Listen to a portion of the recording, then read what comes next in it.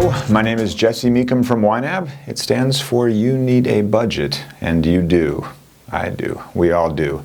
Today I want to talk about a book that has kind of taken the YNAB team and a lot of the world apparently by storm. It's called The Magic of Tidying Up, and it's just a book about tidying up. Julie and I are giving it a shot, and tidy has become a little bit of a popular word around the house. But more important than the tidy part is the part about joy. And one of the rules of this book, as you begin tidying and cleaning things out and kind of purging, is the question that we learned was, does this bring me joy? Does this bring me joy? And of course, because I'm me, I immediately thought of budgeting, spending rule 1.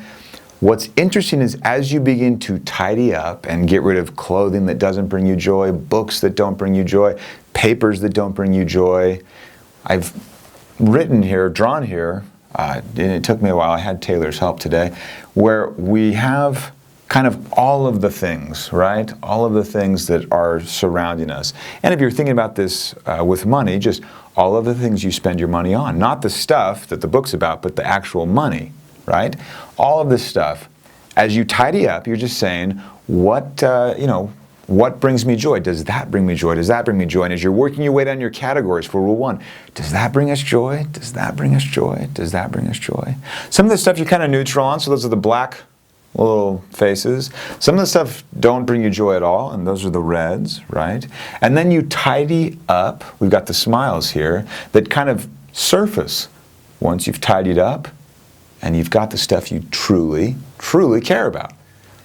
So I'm only wearing shirts, including this shirt, that brings me joy. When you get to that point, the end result, and what I think is the fascinating part as it applies to your money, when you get to the point where you're just focused on the things that actually bring you joy, then suddenly that focus brings you power. That focus lets you decide, that does bring me joy, I truly care about it, and now I'm going to do something about it. Before, I couldn't do something about it because I'm just too confused, too scatterbrained, too overwhelmed. There's just too much overhead.